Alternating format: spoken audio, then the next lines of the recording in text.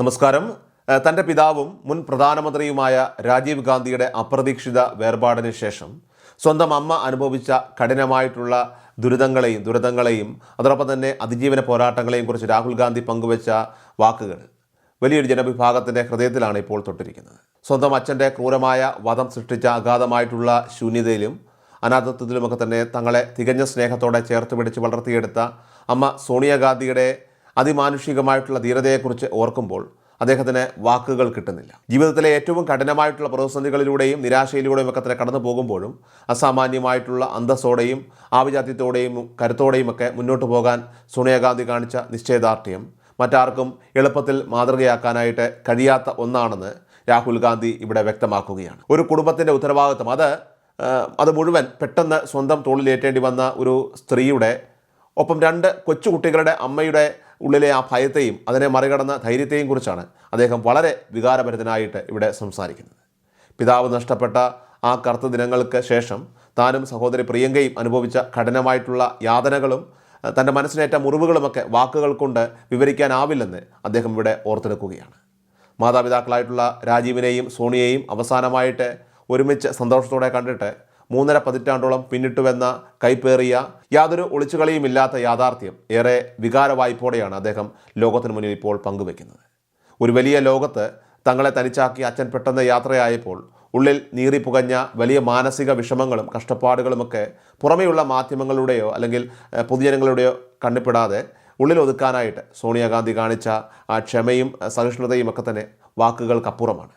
അമ്മയെ എപ്പോഴും ഏറെ സ്നേഹത്തോടെ മമ്മ എന്ന് മാത്രം അഭിസംബോധന ചെയ്യുന്ന രാഹുൽ ആ വലിയ ദുരിതത്തിന് ശേഷവും തങ്ങളുടെ പഠനത്തിനോ വളർച്ചയ്ക്കോ ഒരു തടസ്സവും വരാതെ സംരക്ഷിക്കാൻ അമ്മ അനുഭവിച്ച ത്യാഗങ്ങളെ വളരെ നന്ദിയോടെ ഇവിടെ സ്മരിക്കുകയാണ്.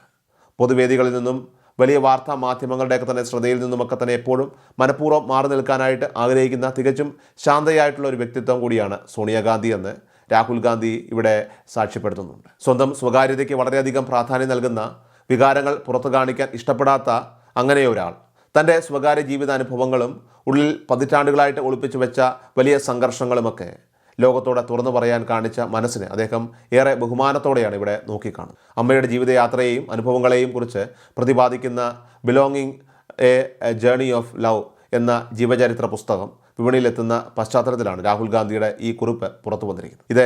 ഇതിൻ്റെ പ്രാധാന്യം ഏറെ ഇരട്ടിയാക്കുന്നുണ്ട്.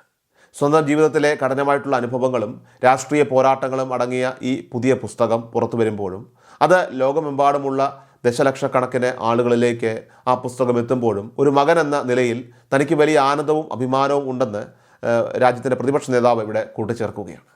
ഇന്നത്തെ ഈ പ്രത്യേക ഓർമ്മ ദിനത്തിൽ സ്വർഗത്തിലിരുന്ന് തൻ്റെ പ്രിയപ്പെട്ട സോണിയയെ നോക്കി രാജീവ് ഗാന്ധി ഏറെ അഭിമാനത്തോടെ പുഞ്ചിരിക്കുന്നുണ്ടാകും എന്ന രാഹുലിൻ്റെ ആ വൈകാരികമായിട്ടുള്ള വാക്കുകൾ ഏതൊരാളുടെയും മനസ്സിൽ ആഴത്തിൽ പതിക്കുന്ന ഒരു മനോഹര ചിത്രം വരച്ചിട്ടുണ്ട്. എല്ലാ ദുരന്തങ്ങളെയും രാഷ്ട്രീയ വെല്ലുവിളികളെയും ഒക്കെ തന്നെ ഒരുപോലെ ചേർത്തു തോൽപ്പിച്ചുകൊണ്ട് സ്വന്തം മക്കളെ രാജ്യത്തിൻ്റെ മുൻനിര നേതാക്കളാക്കി വളർത്തിയെടുക്കുന്നതിൽ ആ വിദേശ വനിതയും അമ്മയുമായ സോണിയാഗാന്ധി വഹിച്ച പങ്ക് വിവരണാതീതമാണ്. ഇന്ത്യൻ രാഷ്ട്രീയത്തിൽ നിർണായകമായ പല മാറ്റങ്ങൾക്കും വഴിവെച്ച അത്യന്തം നാടകീയമായിട്ടുള്ള ചരിത്ര സംഭവങ്ങളിലേക്കും ഈ പ്രതികരണം വിരൽ ചൂണ്ടുന്നുണ്ട്. 1984 സ്വന്തം മാതാവും അന്നത്തെ പ്രധാനമന്ത്രിയുമായിരുന്ന ഇന്ദിരാഗാന്ധിയുടെ ദാരുണമായ വധത്തിന് ശേഷമാണ് തികച്ചും അപ്രതീക്ഷിതമായിട്ട് രാജീവ് ഗാന്ധി കോൺഗ്രസ് പാർട്ടിയുടെ അമരം ഏറ്റെടുക്കേണ്ടി വരുന്നത്. കേവലം 40-ാം വയസ്സിൽ രാജ്യത്തിൻ്റെ ഭരണം ഏറ്റെടുത്ത് ഇന്ത്യയുടെ ചരിത്രത്തിൽ തന്നെ ഏറ്റവും പ്രായം കുറഞ്ഞ പ്രധാനമന്ത്രിയായിട്ട് ജനങ്ങളെ നയിച്ച അദ്ദേഹം പിന്നീട് 1991 മെയ് 21 തമിഴ്നാട്ടിലെ ശ്രീപെരുമ്പത്തൂരിൽ വെച്ചുണ്ടായ ദാരുണമായിട്ടുള്ള ചാവേർ ബോംബ് ആക്രമണത്തിലാണ് കൊല്ലപ്പെടുന്നത്. ഇത്തരമൊരു ഭീകരാക്രമണത്തിൽ തൻ്റെ ഭർത്താവ് ദാരുണമായിട്ട് കൊല്ലപ്പെട്ടതിന് ശേഷമാണ് സമ്പൂർണ്ണമായി ഒറ്റപ്പെട്ടു പോയ സോണിയാഗാന്ധി തൻ്റെ മക്കളായിട്ടുള്ള രാഹുലിനെയും പ്രിയങ്കയെയും അപാരമായിട്ടുള്ള തൻ്റെ ഇടത്തോടെ രാഷ്ട്രീയ രംഗത്തേക്ക് വളർത്തിയത്. ഒരു സാധാരണ അമ്മ എന്ന നിലയിലും അതോടൊപ്പം തന്നെ ഇന്ത്യ പോലൊരു വലിയ രാജ്യത്തെ ഏറ്റവും വിഷമഘട്ടങ്ങളിൽ ധീരമായിട്ട് നയിച്ച ശക്തമായിട്ടുള്ള രാഷ്ട്രീയ നേതാവ് എന്ന നിലയിലുമൊക്കെ തന്നെ സോണിയാഗാന്ധി നടത്തിയ ജീവിതയാത്രയുടെ ആഴവും പരപ്പുമൊക്കെ വ്യക്തമാക്കുന്നതാണ് രാഹുൽ ഗാന്ധിയുടെ ഓരോ വാക്കുകളും.